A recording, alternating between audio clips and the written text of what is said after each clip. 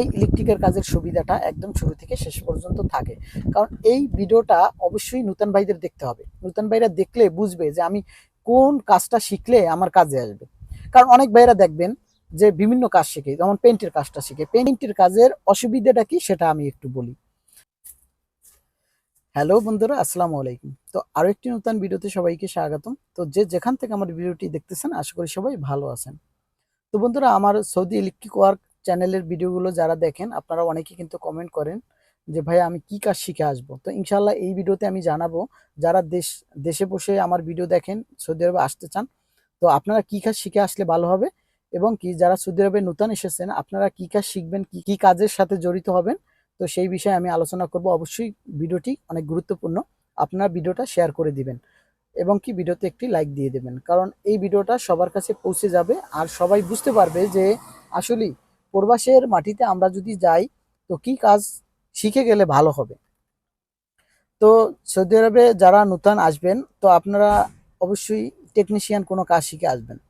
তো টেকনিশিয়ান কাজ সবগুলোই কিন্তু ভালো কাজ। তো নাম্বার ওয়ান কাজ হচ্ছে ইলেকট্রিশিয়ানের কাজ।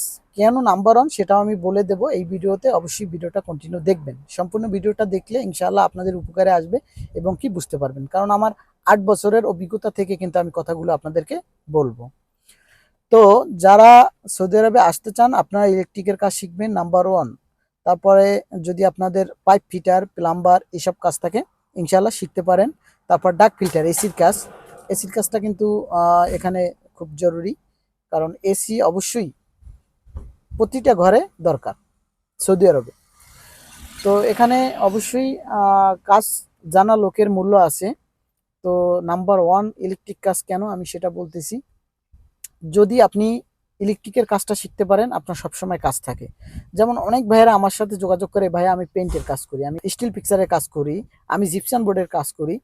তো তারপর তাদের কিন্তু অ্যাভেলেবেল কাজ দিতে পারতেছি না। বেশিরভাগ কাজ আসে আমার কাছে ইলেকট্রিকের, তারপরে বিভিন্ন সেকশনের কাজ আসে কি কম কম আসে। তো বেশিরভাগই ইলেকট্রিক আসে, ডাক ফিল্টার আসে, প্লাম্বার আসে। তো ইলেকট্রিক কাজটা হচ্ছে শুরু থেকে শেষ পর্যন্ত থাকে।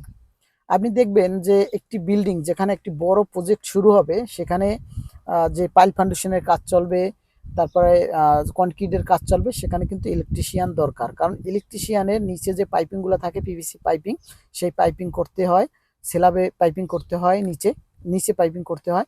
এগুলো করতে হলে ইনশাআল্লাহ অবশ্যই ইলেকট্রিশিয়ান দরকার। রুমের ভিতরে যে ডিবি থাকে, সেই ডিবি থেকে কিন্তু একদম ঘেডে যে বাতি জ্বলবে, গেটের অ্যালার্ম, হ্যাঁ, এগুলো কিন্তু আপনার কলিং বেলের, এগুলোর জন্য কিন্তু আপনার পাইপিং করতে হবে কেবল নেওয়ার জন্য। আবার যখন আপনি কলাম হয়ে যাবে, স্ল্যাবের কাজ আসবে, ছাদে কিন্তু পাইপিং করতে হবে। আমরা বিল্ডিংয়ের যত কাজ সকল পাইপগুলো কিন্তু আমরা ছাদে ঢালি। ছাদ থেকে আমরা বিভিন্ন দেখবেন যে ছাদ থেকে পাইপিং করে গাঁথনির ভিতরে আমরা পাইপিংগুলো করি। ওই গাঁথনি যখন আবার নিচে স্ল্যাবের কাজ সব কিছু হয়ে যায়, আবার যখন গাঁথনির কাজ আসে তখন কিন্তু আমার উপরে যে গাঁথনিতে যে আমরা পাইপগুলো ড্রপ করি, সেই ড্রপগুলো জয়েন করে একদম সুইচে পাইপগুলো নিয়ে আসি দরজার সাইড থেকে। তো এইগুলো করতে হয় যখন আপনি গাঁথনি করবেন। যেমন যারা রাজমিস্ত্রি গাঁথনিগুলো করবে, তখন কিন্তু ইলেকট্রিশিয়ান দরকার। তারা গ্রুপ কেটে পাইপগুলো নিচে সুইচে নিয়ে আসবে। তারপরে যখন আপনার বিল্ডিংয়ে কেবল ঢালতে হবে, একদম সম্পূর্ণ কাজ হয়ে যাবে, তখন আপনার কেবল ঢালতে হবে। কারণ ইলেকট্রিক কাজটা সেক্টরে সেক্টরে ভাগ ভাগ করে করতে হয়, সেজন্য সবসময় কাজ থাকে। যখন আপনি একদম আপনার কেবল টেবল ঢালা হয়ে যাবে, তখনও আপনার লাইট লাগাতে হবে, আপনার সকেট লাগাতে হবে, বিভিন্ন কিছু লাগাতে হবে। যখন সকেট লাগানোর কাজ শেষ হয়ে যাবে, এভরিথিং ওয়াল সব কিছু জিপসান বোর্ডের কাজ কমপ্লিট হয়ে যাবে, তারপরে মেটিনিজের জন্য কাজে লোক রাখতে হবে। টেস্টিং করে একদম বিলা কমপ্লিট করে তারপর দিতে হবে। তো এই ইলেকট্রিকের কাজের সুবিধাটা একদম শুরু থেকে শেষ পর্যন্ত থাকে। কারণ এই ভিডিওটা অবশ্যই নতুন ভাইদের দেখতে হবে। নতুন ভাইরা দেখলে বুঝবে যে আমি কোন কাজটা শিখলে আমার কাজে আসবে। কারণ অনেক ভাইরা দেখবেন যে বিভিন্ন কাজ শিখে, যেমন পেইন্টের কাজের অসুবিধাটা কি সেটা আমি একটু বলি। তো পেইন্টের কাজ, আপনি যখন একটি বিল্ডিং শুরু হবে আপনি পেইন্টের কাজ করতে পারবেন না। পেইন্টের কাজ একটা বিল্ডিং এর একদম 60, 70, 80% কাজ হয়ে যায়। হ্যাঁ, 80% কাজ হয়ে যায়, তারপরে কিন্তু আপনার পেইন্টের কাজটা শুরু হয়। তো আমি জানি যে পেন্টিং কাজটা সবার লাস্টে হয়, তারপরও ভিতরের যে কিছু কাজ আছে সেগুলো কিন্তু 70-80% হলেই তারা করা শুরু করে দেয়। তো দেখেন এখন একটি বিল্ডিং শুরু হলে পেন্টের লোক দরকার হবে অনেক পরে। তো যখন অনেক পরে শুরু হবে তখন তুমি ওই কাজটার কিন্তু ডিমান্ড কম থাকবে। আপনি পেন্টিং কাজটা শিখলেন, অনেক ভাই পেন্টিং কাজ শিখছে, এখন আমার ইলেকট্রিশিয়ানের ডিমান্ড, ভাই কিন্তু ঢুকতে পারে না, তখন লেবারে ঢুকতে হয়। তা দেখেন পেইন্টের কাজটা একটি কাজ, সকল কাজে কিন্তু আমি ভালো বলি, কিন্তু একটি কাজ শিখতে অনেক কষ্ট। এই কষ্টটা করে আপনি একটি কাজ শিখলেন, ওই কাজটা শেখার পরও আপনার হেল্পারে কাজ করতে হয়, লেবারে কাজ করতে হয়, তাহলে ভাই সেই কাজ শিখে কিন্তু কষ্ট। মানে সেই কাজ শিখলে শিখলে লাভ আছে, লস নাই, কিন্তু ওই কাজটা শিখলে আপনার আরো কাজ শিখতে হবে, পাশাপাশি আরো 2-4টে কাজ শিখতে হবে। দেখবেন একজন ভালো প্রবাসী, তারা দেখবেন পেন্টের কাজের পাশাপাশি জিপসান বোর্ডের কাজ পারে, পেন্টের কাজ তো পারেই, তারপরে রাজমিস্ত্রির কাজ পারে, মেশন যেটা বলে, পাইপ ফিটিং এর কাজ পারে, কারণ তাদের বিভিন্ন কাজ শিখতে হয়। যদি আপনি 4-5টা কাজ শিখতে পারেন আলহামদুলিল্লাহ, আপনার জন্য ভালো।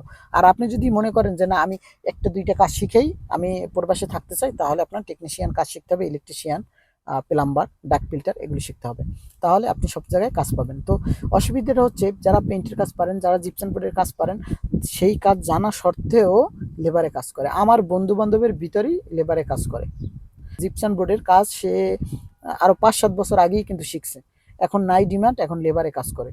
ঠিক আছে? তো আমি যাই হোক, আমি আপনাদেরকে বলবো আপনারা সঠিক কাজ করবেন। আপনারা সঠিক যে কাজটি শিখবেন, যে কাজটিতে আপনাদের ফায়দা হবে, যে কাজটি দ্বারা আপনারা সবসময় কাজে নিয়োজিত থাকতে পারবেন, সেই কাজগুলোই শিখবেন। তো অনেক প্রবাসী ভাইয়েরা বলেন যে ভাই আমি ইলেকট্রিক কাজ শিখতে চাই। ভাই ইলেকট্রিক কাজ শিখবেন কিভাবে, সেটার জন্য আমি একটা ভিডিও দিব, কারণ আমার অভিজ্ঞতা থেকে। আপনি ইলেকট্রিক কাজ শিখতে চান, কিন্তু আপনাকে তো চান্স দিতে হবে, সুযোগ দিতে হবে। যদি সুযোগ না দেওয়া হয়, আমি যতই বলি ভাইয়া আপনি ইলেকট্রিক কাজ শিখেন, কিভাবে শিখবেন? আপনার পরিচিত যদি কোনো মোয়াল্লেম থাকে তাদের সাথে যোগাযোগ করবেন, অথবা কিভাবে আপনি ইলেকট্রিক কাজটা শিখবেন সেই বিষয়ে আমি একটা ভিডিও করব। ইনশাআল্লাহ ভিডিওটা আপনাদের কাজে আসবে, কারণ আমি সেরকমের টেকনিক খাটিয়ে কিন্তু এক একটি নতুন লোককে ইলেকট্রিশিয়ান তৈরি করি। আপনাকে আনার পরেই আপনি ইলেকট্রিশিয়ান হতে পারবেন না। আপনাকে যখন আপনি একটা প্রজেক্টে যাবেন যে ভাই আমি ইলেকট্রিশিয়ানে কাজ করতে চাই, আমি হেল্পার, আমি কাজ জানি না, কোনো দিনও আপনাকে টিমান ছাড়া আপনাকে ইলেকট্রিশিয়ানের হেল্পারে দিবে না। এমন এমন জায়গাও আমি লোক দিয়েছি, ইলেকট্রিশিয়ান বলে নিয়েছে, কিন্তু পরে তাকে যেমন মেশনের কাজ দিছে, স্ক্যাফোল্ডিং এর কাজ দিছে, কার্পেন্টারের কাজ দিছে, কেন? তার কোনো পেশা নাই, সে যে কোনো জায়গায় গিয়ে কাজ করতে পারবে, কারণ তার ট্রেড নাই কোনো, তার কোনো মোয়াল্লেম নেই, সেই জন্য।